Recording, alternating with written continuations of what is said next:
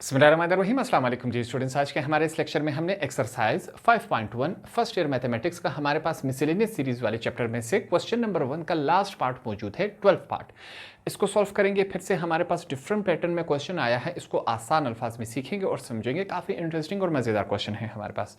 Question को start करते हैं। वैल्यूज़ कुछ इस सीरीज फॉर्म में दी गई हैं। अब इसको कैसे सॉल्व करना है यहाँ पर इसको हम सीख लेते हैं।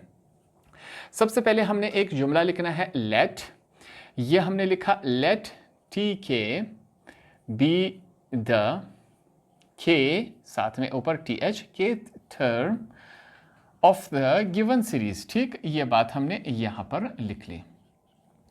अब इस क्वेश्चन को हमने कैसे स्टार्ट करना है, इसका एक अलग सा प्रोसेस है। यहां पर आसान अल्फाज में समझ लेते हैं। सबसे पहले यहां पर मैं क्या लिख रहा हूं, मैं लिखूंगा इस तरफ टर्म्स, थोड़ा सा मैं स्पेलिंग करेक्ट कर लेता हूं। हमारे पास यहां पर मैं लिखूंगा सबसे पहले टर्म नंबर्स। ठीक, ये बात हमने लिखी।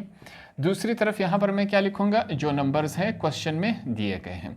टर्म से मुराद क्या है, यहां पर ये एक टर्म हो गया, ये हमारे पास दूसरा टर्म है और ये हमारे पास तीसरा टर्म है। ये बात क्लियर हो गई। इसको सीखते हैं, इसका मतलब क्या है। पहले टर्म में हमारे पास ये क्या है, फर्स्ट टर्म है। ये बात क्लियर हो गई। फर्स्ट टर्म में हमारे पास जो नंबर दिया गया है वो क्या है, 2 है। 2 है कि नहीं, बिल्कुल है। फिर सेकंड टर्म हमारे पास मौजूद है कि नहीं, हमने लिखा सेकंड टर्म। सेकंड टर्म में हमारे पास क्या वैल्यू मौजूद है, जो ब्रैकेट है उसके अंदर वैल्यू मौजूद है 2 + 5। 2 रिपीट हुआ कि नहीं, बिल्कुल हुआ। थर्ड टर्म में हमारे पास वैल्यू क्या है, ये सिर्फ आपके समझाने के लिए लिख रहा हूं कि क्वेश्चन को हमने इस फॉर्म में स्टार्ट करना है। थर्ड टर्म में हमारे पास वैल्यूज क्या है, वो वैल्यू मैं लिख लेता हूं 2 + 5 + 8। ये दिया गया है कि नहीं। अब ये सीरीज जो है इसका सीक्वेंस आगे जाता जा रहा है, डॉट डॉट डॉट। इसका एंड हमें मालूम नहीं है कि ये कहाँ तक जा रहा है, इनफाइनाइट है, अनलिमिटेड है। अब अनलिमिटेड है तो इसके साथ क्या किया जाएगा, हमने क्वेश्चन स्टार्ट करना है तो यहाँ पर हम लिख लेते हैं के टर्म। ठीक, अब के टर्म हमारे पास क्या होगा, इसमें हम लिखेंगे 2 + 5 + 8। यही सीक्वेंस अब आगे जा रही है। देखिए 2 में फिर 5 ऐड हो गया, 2 5 में फिर 8 ऐड हो गया, 2 5 फिर 8 में इनके बीच में क्या डिफरेंस है, 3 आ रहा है। इनके बीच में डिफरेंस 3 आ रहा है, तो ये सीक्वेंस आगे जाता जा रहा है।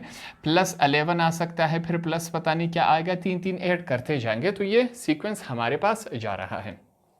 तो हमने क्वेश्चन में क्या करना है, इस सीक्वेंस को पुट कर लेना है। ठीक, यहां से हमने क्वेश्चन को स्टार्ट कर लेना है। फिर क्या लिखेंगे, हमने लिखना है देन हमारे पास क्या है वैल्यूज, वो लिखेंगे 2 + 5 + 8। ये तीसरा वाला यहां से हमने निकाला। ठीक, प्लस डॉट डॉट डॉट कहां तक जा रहा है, 2 के टर्म्स के तक हमने कहा ये जा रहा है। ये हमारे पास अब एक सीरीज है, इससे हमने क्वेश्चंस को सॉल्व करना है। जब सीरीज इस फॉर्म में आ जाए तो उसके लिए हम क्या कहेंगे, हेयर a1 की वैल्यू, जो पहली वैल्यू होगी उसको हमेशा हम एज a1 लेंगे। 2 आ गया, ये बात क्लियर हो गई।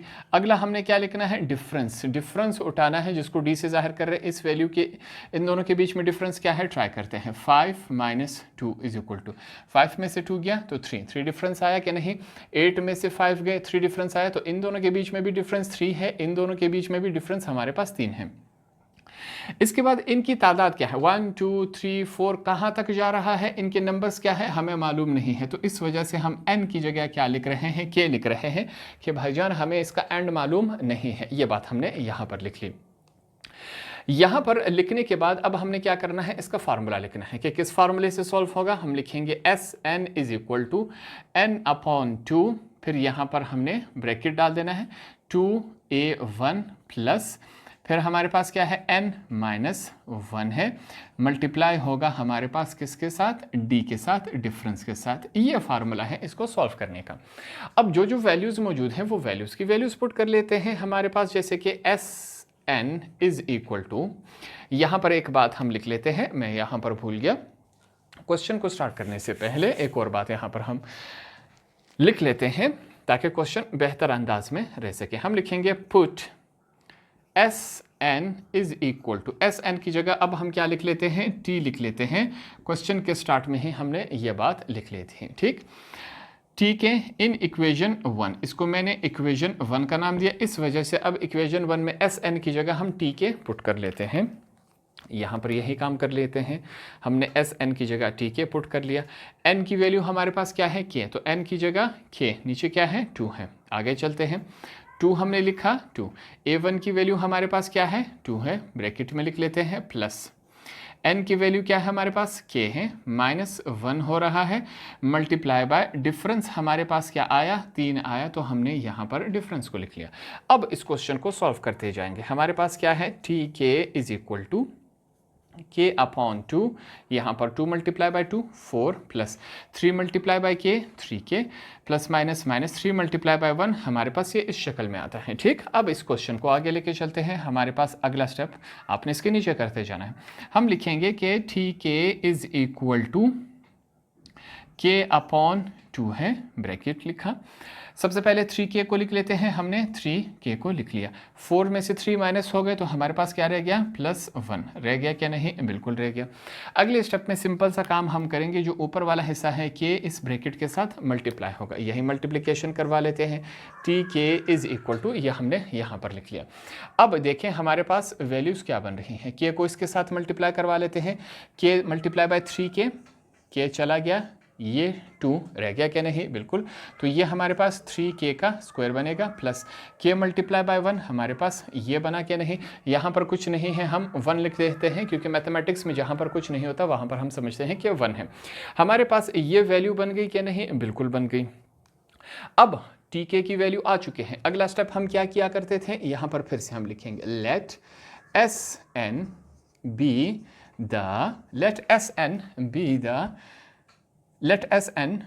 the sum of n terms of given series, ये हमने यहाँ पर लिख लिया। ये बात क्लियर हो गई। अब यहाँ पर क्या लिखेंगे, इसका मतलब क्या हुआ कि Sn इज इक्वल टू होता है सिग्मा के, हमने सिग्मा डाल दिया, सिग्मा के ऊपर n होता है, नीचे k इज इक्वल टू 1, यहाँ पर क्या है tk। क्या हमारे पास tk की वैल्यू है कि नहीं, तो सिंपली अगले स्टेप में tk की जगह उसकी वैल्यू हम पुट कर लेते हैं, यही काम करेंगे। ये क्या है, इसका अगला स्टेप है, आपने इसके नीचे करते जाना है। हमारे पास वैल्यू क्या बन जाएगी, Sn इज इक्वल टू, सबसे पहले हम क्या कर लेते हैं 1/2 को बल्कि एक साथ ही लिख लेते हैं, इससे कोई फ़र्क नहीं पड़ता। अगले स्टेप में फिर इसको अलग कर लेंगे ताकि स्टूडेंट्स को आसानी से समझ आ सके। k is equal to 1, tk की जगह इसकी मुकम्मल वैल्यू लिख लेते हैं, जो कि हमारे पास क्या है 1/2 और साथ में क्या है 3k का स्क्वायर प्लस k। ये हमारे पास बनता है कि नहीं, बिल्कुल बनता है। हमारे पास ये जो सिग्मा है इस वैल्यू का भी है, सिग्मा इस वैल्यू का भी है, ये बात क्लियर हो गई। अब यहाँ पर सिग्मा 1 है, हम क्या कर सकते हैं, इसको अलग अलग भी करके लिख सकते हैं। तो इसको कैसे लिखा जाएगा, यहाँ पर ट्राई करते हैं। सबसे पहले क्या है, Sn हमने लिखा इज इक्वल टू 1/2 को हमने लिखा और इसको ब्रैकेट के जरिए अलग कर लेते हैं। अब यहाँ पर हमारे पास क्या है, जो नंबर्स है इसको हम सिग्मा के पीछे ले आते हैं, तो ये बन जाएगा 3, फिर क्या होगा हमारे पास सिग्मा है, हमने लिखा n, नीचे क्या है k इज इक्वल टू 1, 3 को इस तरफ ले, यहाँ पर क्या रह गया k का स्क्वायर, फिर प्लस का साइन है, फिर से सिग्मा लगा देंगे, हमने सिग्मा लगा दिया, ऊपर n होता है, नीचे क्या k इज इक्वल टू 1, यहाँ पर सिंपल k रह गया, ब्रैकेट क्लोज करवा लेते हैं। नेक्स्ट स्टेप में हमने क्या करना है, इनको रेफरेंस देना है, हवाला देने हैं कि सिग्मा के स्क्वायर की भी वैल्यू होती है, सिग्मा के की भी वैल्यू होती है, यहाँ पर वो रेफरेंस देंगे, हवाला देंगे। हमारे पास क्या है, फिर से हमने लिखना है सिग्मा, नीचे क्या है k इज इक्वल टू 1, ऊपर n होता है, k का स्क्वायर जहाँ पर भी आ जाए, इसका मतलब है n plus 1 2n plus 1 whole का डिवाइड, नीचे क्या है 6 है। और अगर हमारे पास कहीं पर सिग्मा सिंपल के आ जाए तो इसकी जगह हम क्या लिखेंगे, इसकी जगह हम लिखेंगे n प्लस 1 होल का डिवाइड, हमारे पास क्या है 2 है, इसकी जगह हम उसके ये वैल्यू पुट कर सकते हैं। तो अब दोनों सिग्मास की वैल्यूज उठा के इनकी अपनी अपनी जगह हम पुट कर लेते हैं। देखते हैं ये क्वेश्चन किस फॉर्म में बनता है, सिंपल सा काम है, करते हैं। यहाँ पर सबसे पहले क्या है हमारे पास Sn इज इक्वल टू 1/2, ठीक। अब ब्रैकेट है, सबसे पहले क्या मौजूद है 3, हमने 3 लिखा, ये सिग्मा के साथ मल्टीप्लाई हो रहा है, सिग्मा की जगह हम उसकी वैल्यू लिखेंगे तो ये वैल्यू क्या बन जाएगी, मल्टीप्लाई बाय n प्लस 1 क्या है और 2n प्लस 1, ठीक, ये हमने लिखा, डिवाइडेड बाय 6 है, बीच में कौन सा साइन मौजूद है, प्लस का साइन है, हमने प्लस का साइन लगाया। सिग्मा के की वैल्यू हमारे पास क्या है वो लिख लेते हैं, n+1 होल का डिवाइड अपॉन 2 है। ये हमने सिंपली क्या किया, इनकी वैल्यूज उठा के यहाँ पर हमने पुट अप कर दी। अब यहाँ पर एक कैंसिलेशन हो रही है, वो कैंसिलेशन हम करवा लेते हैं। 3 1 3, 3 2 6, ये वैल्यू कट गई आपस में, बिल्कुल कट गई। जो रिमेनिंग है वो लिख लेते हैं सबसे पहले। ठीक, देखते हैं हमारे पास वैल्यूज क्या रह गई। Sn इज इक्वल टू 1/2, यहाँ पर फिर से ब्रैकेट में लिख लेते हैं इन वैल्यूज को। वैल्यू ऊपर रह गई n+1, आगे क्या है 2n+1, नीचे क्या है हमारे पास 2 है, ये हमने लिख लिया। दूसरी तरफ हमारे पास क्या है, प्लस n+1, नीचे हमारे पास क्या है 2 है, ये ब्रैकेट हमने क्लोज करवा लिया। अगले स्टेप में हमने क्या करना है, कॉमन लेना है। तो यहाँ पर हम साइड में हवाला ले लेते हैं, देंगे कि टेकिंग कॉमन। कॉमन क्या लिया जाएगा हमारे पास, अब ट्राई करते हैं कि जो दोनों तरफ मौजूद है। n+1/2 यहाँ पर भी मौजूद है, यहाँ पर भी मौजूद है, तो इसको हमने एज अ क्या चूज़ किया, कॉमन चूज़ किया। देखते हैं क्या वैल्यू बनती है। Sn इज इक्वल टू 1/2 पहले से मौजूद है, कॉमन हमने क्या लिया, कॉमन हमने n+1/2, ये हमने क्या लिया, कॉमन लिया। अब देखते हैं कि कॉमन लेने के बाद हमारे पास वैल्यूज क्या बच जाती हैं, इसको सीखेंगे, आसान सा स्टेप है। यहाँ पर ये लाइन समझाने के लिए, ये वैल्यू बाहर आई क्या नहीं, हमारे पास यहाँ पर बिल्कुल बाहर आए। जब ये बाहर आ गई तो पीछे क्या बच गया, हमारे पास रह गया 2n+1, ये रहा क्या नहीं, नीचे कुछ नहीं है क्योंकि ये मुकम्मल बाहर आ चुकी है। यहाँ पर ये मुकम्मल बाहर आ चुकी है, पीछे क्या है, कुछ नहीं है, तो हम क्या लिखेंगे, +1 लिख लेते हैं, बीच में ये ब्रैकेट भी हटा लेते हैं। यहाँ पर ये वैल्यू रह गई, इसको पूरा निकाला, कुछ नहीं, पीछे क्या है, सिंपल 1 रह गया। 1 रह गया क्या नहीं, बिल्कुल रह गया। तो इसको क्या करते हैं, यहाँ पर ये ब्रैकेट भी मैं क्लोज करवा लेता हूँ। ठीक, अगले स्टेप में इनको आपस में ऐड करवा लेते हैं। Sn इज इक्वल टू, ऊपर वाला ऊपर के साथ, नीचे वाला नीचे के साथ, 1 जब इसके साथ मल्टीप्लाई होगा n+1 ही आएगा। 2 × 2 क्या होता है, 4 होता है। यहाँ पर चेक करेंगे, यहाँ पर क्या है, 2n है, हमने 2n लिखा, +1 क्या होता है, 2 होता है कि नहीं, यहाँ पर हमने ये लिख लिया। ऊपर वाला ऊपर के साथ मल्टीप्लाई हो जाएगा, साथ में हम रेफरेंस देंगे कि हमने क्या लेना है, taking 2 as a common, taking 2। अब हमने जो सेकंड ब्रैकेट है इसमें 2 को एज कॉमन चूज कर लिया। ठीक, इस ब्रैकेट में साथ में हम क्या करेंगे, ऊपर वाला ऊपर के साथ, नीचे वाले नीचे के साथ, इसके नीचे कुछ नहीं है, हम 1 समझेंगे, 4 और 1 4 हो जाता है। यहाँ पर एलसीएम क्यों नहीं लिया जा रहा है, इन दोनों वैल्यूज़ के बीच में कोई साइन नहीं है, प्लस माइनस नहीं होगा तो एलसीएम नहीं लिया जा सकता। ठीक, Sn इज इक्वल टू, नीचे क्या है 4 है, यहाँ पर पहली वैल्यू लिख ली n+1, ठीक, ये लिख लिया। अब इस वैल्यू में हमने क्या कॉमन लिया, 2, हमने 2 कॉमन लिया, पीछे क्या 2 बाहर आ गया, n+2 बाहर आ गया, पीछे कुछ नहीं है तो हम 1 लिख लेते हैं। ये वैल्यू इस फॉर्म में बन गई।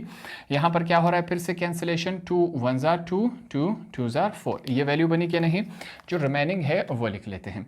यहाँ पर मैं लिखूँगा Sn इज इक्वल टू, सबसे पहले मैं n लिख लेता हूँ, n+1 एक ये रहा, n+1 एक ये रहा। क्या मैं इसको इस फॉर्म में लिख सकता हूँ कि n+1 होल का स्क्वायर, इसका मतलब क्या है कि ये वैल्यू 2 दफ़ा है, 2 दफ़ा है कि नहीं, बिल्कुल है। नीचे क्या रह गया, 2 रह गया, ये हमारा क्या हुआ, आंसर हुआ। तो इस तरह हमने यहाँ पर क्वेश्चन नंबर 12 को भी आसान अल्फाज में सीखा और समझा।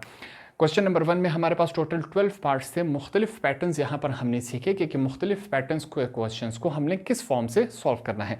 आसान अल्फाज में यहाँ पर मैंने इस्तेमाल किया, आसान स्टेप से आपको सिखाया। होप आपको ये तमाम 12 पार्ट्स आसानी से समझ आ गए होंगे।